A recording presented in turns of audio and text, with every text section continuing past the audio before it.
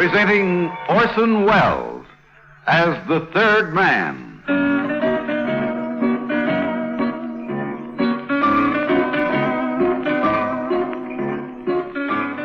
The Lives of Harry Lime, the fabulous stories of the immortal character originally created in the motion picture The Third Man, with zither music by Anton Karas.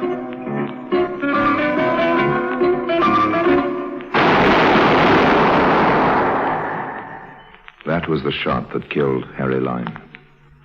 He died in a sewer beneath Vienna, as those of you know who saw the movie The Third Man. Yes, that was the end of Harry Lime. But it was not the beginning. Harry Lime had many lives, and I can recount all of them. How do I know? Very simple. Because my name is Harry Lime.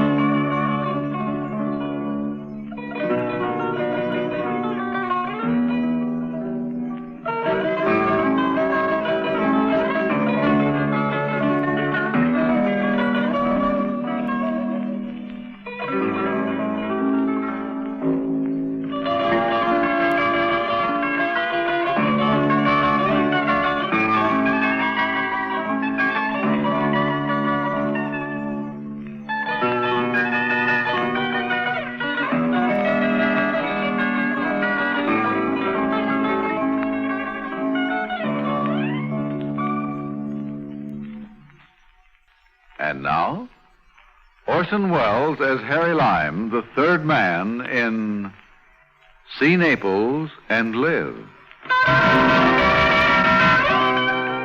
Once upon a time, there was an exquisite and huge emerald locket which spent most of its life looking out of the world from the rather fleshy neck of a Mrs. Donaldson as she waddled like a golden duck across the international social horizon.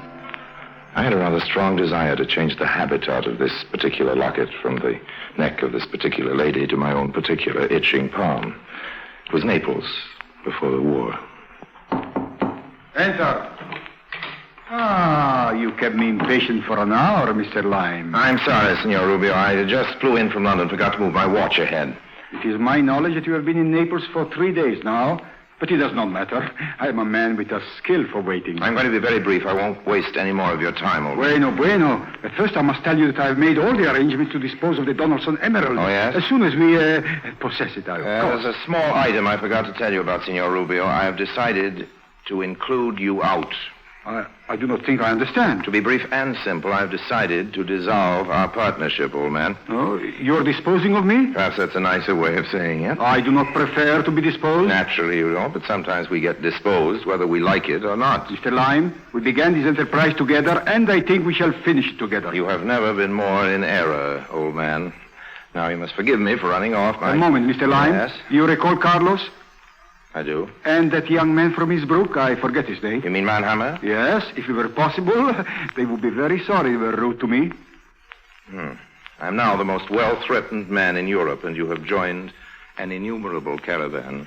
Arrivederci. Don't farewell me yet, Mr. Lime. Sorry, but I really must. Do not force me to shoot you. If you take one more step toward the door, I will fire. Now, don't be a complete fool, old man. If they found a dead man in your room, they'd hang you. I will be easy with you. Just tell me where Mrs. Donaldson is, and I will forgive you your ungratefulness. Rubio, I'm on my way out. If you fire that gun, the police will be here before you can get out of the hotel. Buongiorno. There's a saying in this city, see Naples and die. It only proves that life is very short and uncertain for us all. Goodbye, old man. Believe me, I'm not a professional hero. But I was not at all concerned about Signor Rubio putting a bullet in me, not in his hotel room. I hurried to the pier where the Arcturus was about to dock. She was carrying precious freight, Mrs. Donaldson. I'd already made arrangements for one of the customs officials to hold Mrs. Donaldson up on a pretext of going through her luggage. A few thousand liras did the trick. Oh, you stubborn man. I tell you there's nothing contraband in my luggage. You've already gone through my clothes twice with your dirty hands. Amy, talk to this man. He doesn't understand a word of English. My Italian is worse than his English. Mi rincresce tanto, signora, ma è necessario. Ho istruzione di esaminare il vostro bagaglio. Deve aver pazienza. What seems to be the trouble here? Thank heavens, an American. I have no idea why this idiotic official is rummaging through my clothes. That's just a matter of form, you know. You'd think I was a smuggler or something. I've been to Naples many times, and there's never been this ridiculous fuss. I'll talk to the American consul. See to it that this man loses his job. I wonder if you could talk to him. That is, if you can speak Italian. Of course, I'd be only too happy to. Let me see what I can do. Che cosa succede qui? È di regola di esaminare ogni 25 passeggeri. No, questo non è necessario, conosco le signore. Questa è la mia carta. Ah, signore, mi rincresce tanto di aver dato alla signora tutto questo disturbo. No, veramente. Niente. It's all right now, you're cleared. Here, let me help you your bags, Thank you ever so much. I don't know what I would have done without you. Amy, get one of those porters to help us with the luggage. Yes, Mrs. Donald. I have my car here. I'd be glad to give you a lift to your hotel. Oh, I wouldn't want you to bother. Oh, don't bother at all. One fellow American to another, you know. Thank you. These taxi drivers rob you mercilessly. Oh, it's a pleasure. It's a pleasure. My name is Lime. Harold Lime. I'm Mrs. Frederica Donaldson. I'm so Donaldson. glad we ran into you. A wonderful piece of luck. Well, let's say we're well met.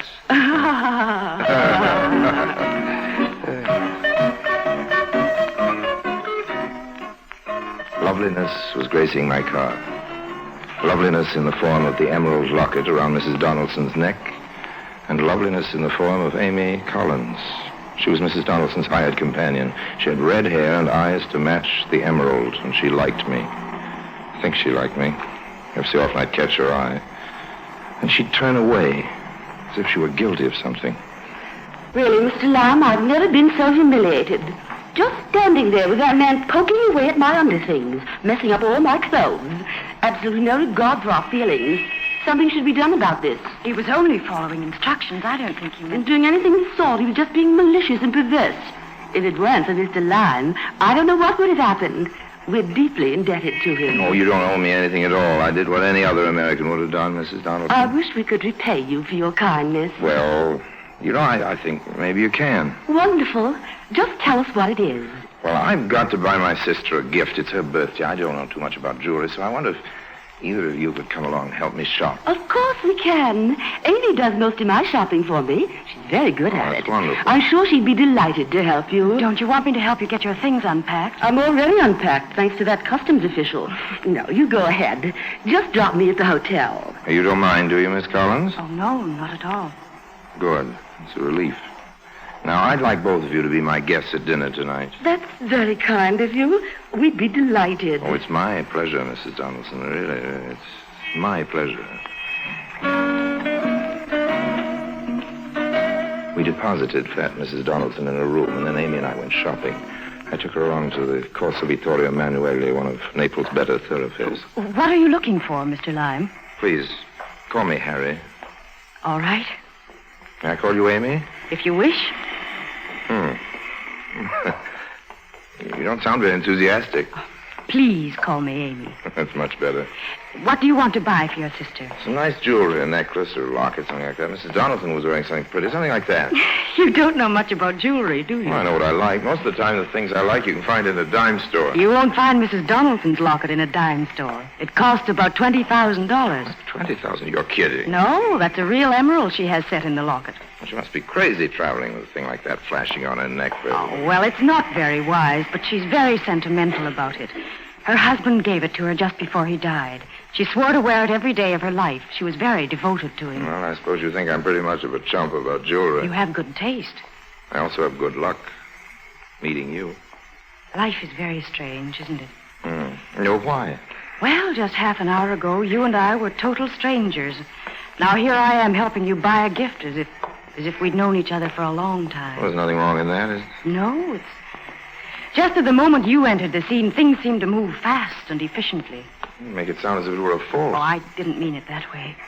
I can go away and come back again and do it more slowly. I suppose I sound foolish. Perhaps it's because you like me too soon. Well, I liked you too soon. Well, That's probably too fast for you, too, but you see, I'm a man who says what's on his mind. Probably not a very efficient way of talking to a gentle soul like you. Oh, no, I prefer straightforward people. All right, now, you be straightforward. What was your first reaction to me when you first saw me? I was interested, perhaps, maybe intrigued. That's better. You have a way of condensing relationships quickly. Well, if people like each other, they don't need a calendar full of time to tell them about it. Good things grow slowly. Here's a shop. Well, they all look pretty. That filigree pin. I like that. It's very nice. Which one? The one near the large cameo. Oh, yes, it is very pretty. Shall we go in? Wait, let's look at the other things in the window.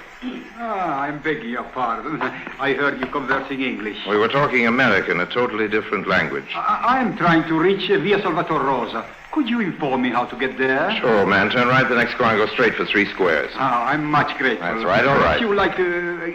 you like a cigarette? No, thank you very much. Just turn right at the next corner. Oh, I'm unhappy to trouble you further, Oh, but do you have a match? I'm sorry, but I don't have any matches with me. I have a light. Mademoiselle is most generous. 1,000 thanks. Turn right at the next corner. And 3 squares And down, 3 eh? squares down. Good day to you all. Good Perhaps day. you will meet again, eh? Good day. He seemed most reluctant to leave. Yeah.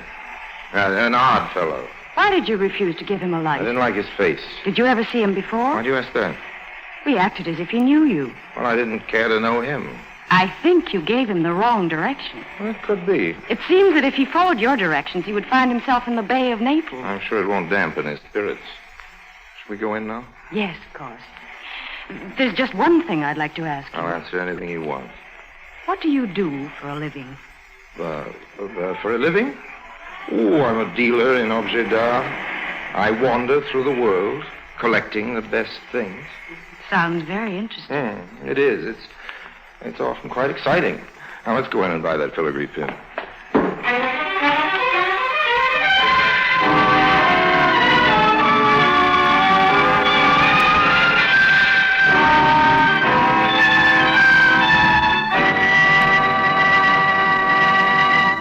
Orson Welles returns in just a moment as the third man.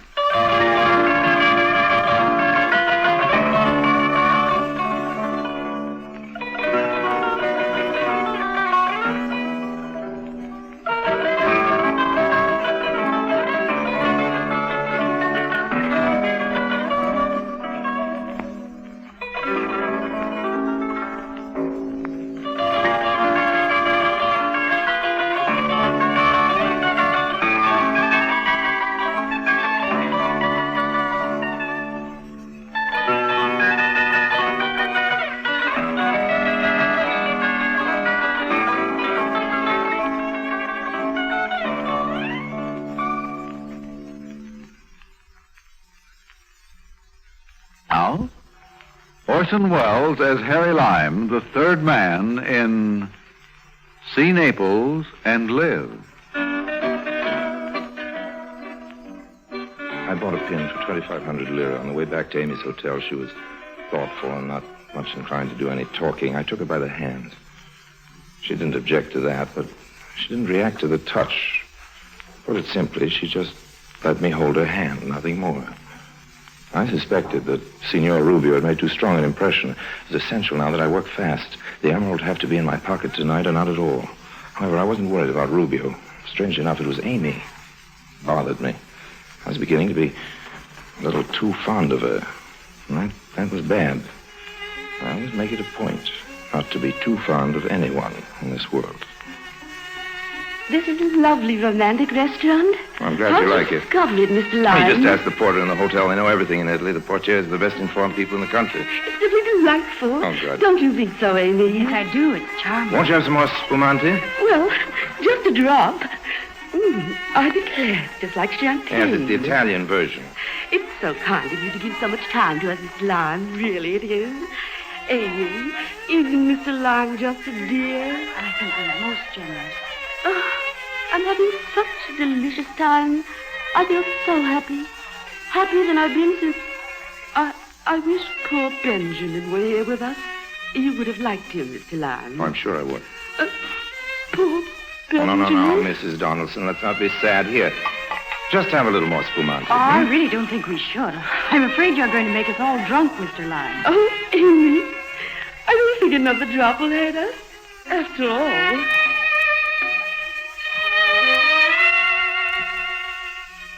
By this time, Mrs. Donaldson was becoming thoroughly relaxed.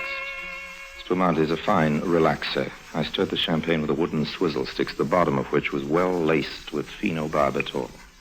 My keynote for the evening, as you can see, was relaxation. Before the evening was over, my emeralded guest was going to be the most relaxed woman in all Italy. The spumante bubbled and frothed over as I stirred it. I know I shouldn't have another glass, but Perhaps you had better stop, Mrs. Donaldson. never. I just feel so wonderful. How about you, Amy? All right. A toast to us. May we always be as happy as we are now. A toast to you, Mr. Lyon. You wonderful, wonderful man. I patted her neck.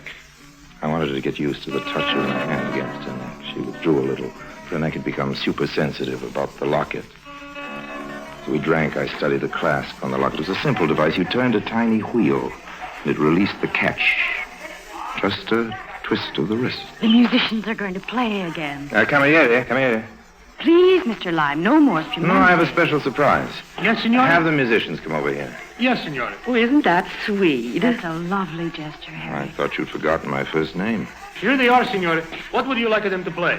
What would you like, Mrs. Donaldson? Oh, I can't think of a thing. How about some Neapolitan songs? Per favore, Monastero Santa Chiara. Cantatelo.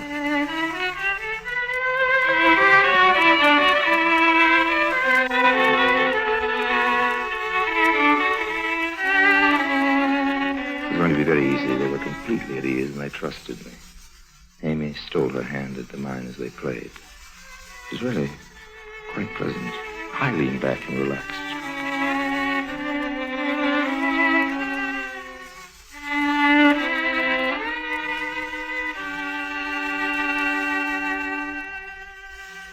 That was just beautiful. Very good. Thank you. Molto grazie. Here's something for the lads. Oh, grazie, signore. Did you enjoy it, Mrs. Donaldson? They played divinely. I have a wonderful idea. How would you all like to go for a drive to Pompeii? At this hour? Yeah, it's only 10 o'clock. It's a full moon. It'd be quite a thrill. I'd adore to go. Fascinating place. I've been there many times. Well, you have to see it at night. Isn't it It's fine. closed? Of course it is. We can go in through the back way near the arena. I'm willing if Mrs. Donaldson is. Try and stop me. What a marvelous idea. Just one thing. What is it? Amy told me about your emerald locket. I think it'd be safer if you left it at your hotel. In the safe of your hotel. Don't you worry about it. I never take it off No, but my really. neck. Except when I retire. Don't worry about it. It's perfectly safe. Besides, we won't find any criminals in Pompeii. No, I'm sure not. But all the same, I'd feel better if you left the Oh, locket. no, I can't do that. Please don't fret about it. All right, if you're sure. Let's go right now. Just let me pay the bill. Cameriere? Yes, signore. Conto, per favore. Check. Si, signore.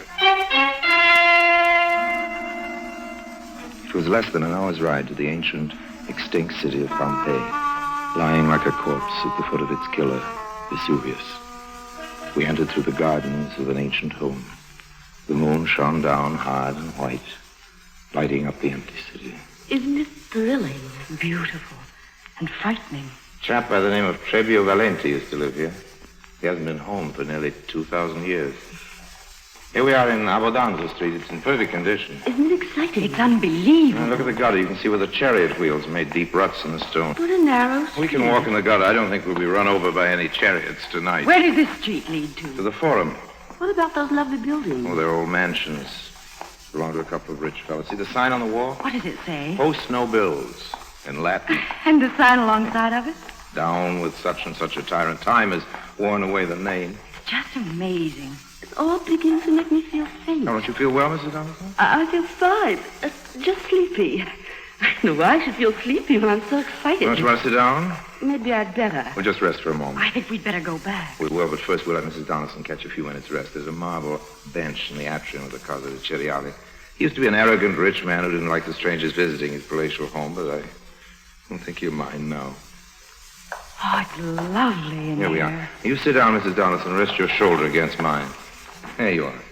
You're a darling, Mr. Lime. Amy, if you walk into the other room to your right, you'll see some excellent frescoes. They're beautifully preserved. May I have the flashlight? Yes, here. Mrs. Donaldson was sleeping softly. I pressed my fingers against her neck to test her responses. There was no reaction. Tried it again so that even in her sleep she would feel no alarm, become accustomed to the feel of fingers around her throat. She slept peacefully on. I quickly unloosed the catch and with slow care, not to slide the locket, picked it gently off her neck. At the same time, I held her hand to divert a sensation of touch. It was done quickly. I was ready to make my silent departure, gently propped her against a pillar. Then I heard a sound that froze me. Footsteps. Footsteps, and they weren't Amy's. Who's there? What's the matter? I caught a glimpse of him. It was one of the guards. There was only one thing to do, run. Starless Stabione, I turned the corner and ran into one of the old Roman baths. I made for one of the rooms, expecting it to have another exit. It was dark, and I fumbled around. I had a very unpleasant feeling when I became aware that the only way out was the way I came in. I reined back. It was too late. My pursuer was standing at the entrance with a flashlight in one hand and a gun in the other. It was not a guard. It was a Rubio. You see, Harry, fate has thrown us together again. It's still around her neck. The locket, please. I just told you. I'm not in my hotel now. This time I will kill you. Give me the locket. I'm not a usually reckless fellow, but this time I did a very rash thing. I rushed him. He fired. The bullet tore a hole in my shoulder, barely touching my skin. I wrestled with him. He fell on the marble floor. He was wiry, very strong. In a few seconds, it was clear that he was in far better shape than I. Then he hit me a very rude blow on the head with a gun. And I abandoned the fight. For a moment, I just lay there thinking what a very evil moment of my life this was. Now, the locket. Okay. Thank you. And now I think I will dispose of you for having caused me all this trouble. Check the revolver, signore, altrimenti tiro.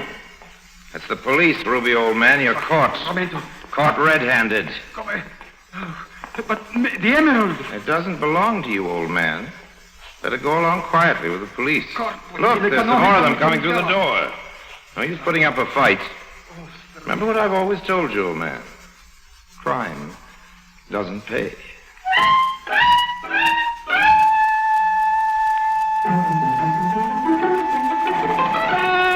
I don't know how to thank you, Mr. Lime. Risking your life to save my locket. Oh, that's all right. You're the most brave man to chase after him in the dark, unarmed. I just gone to see where Amy was, and I heard the sound. There he was, deftly removing the locket from your neck. I felt someone tottering around my neck, but I thought it was you. Oh, really? I was asleep, you know.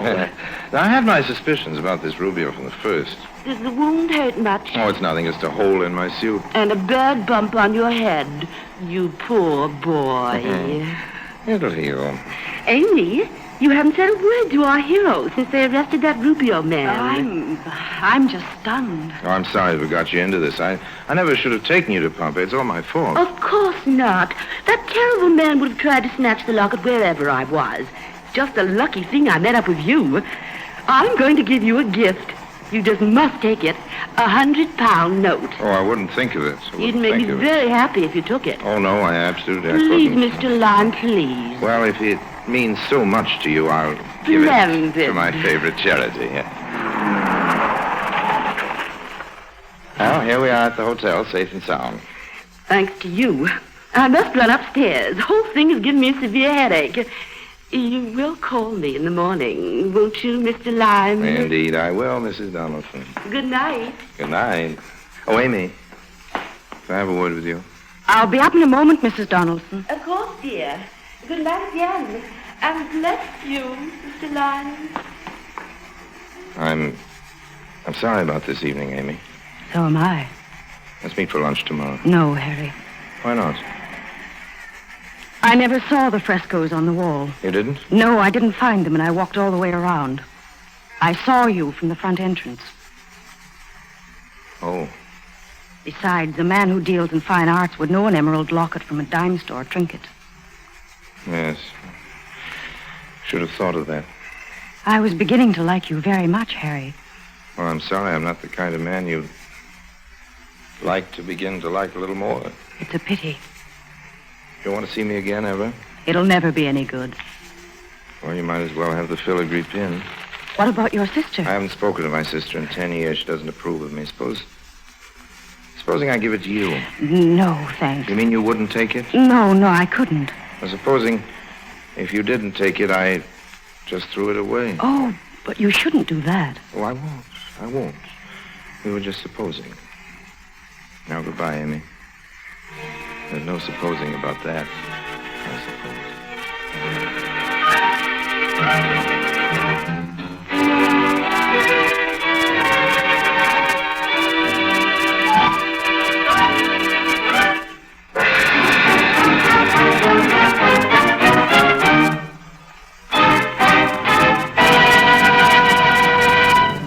Harry Lime returns in just a moment.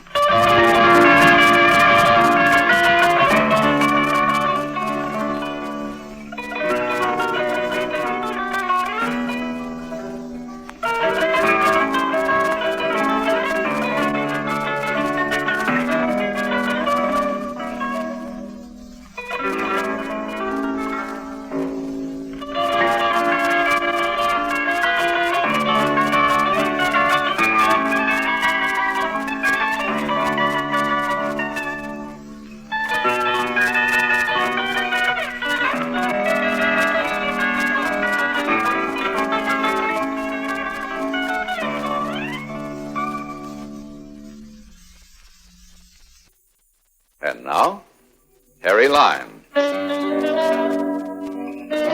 As I walked to my hotel, I thought about l'affaire Emerald.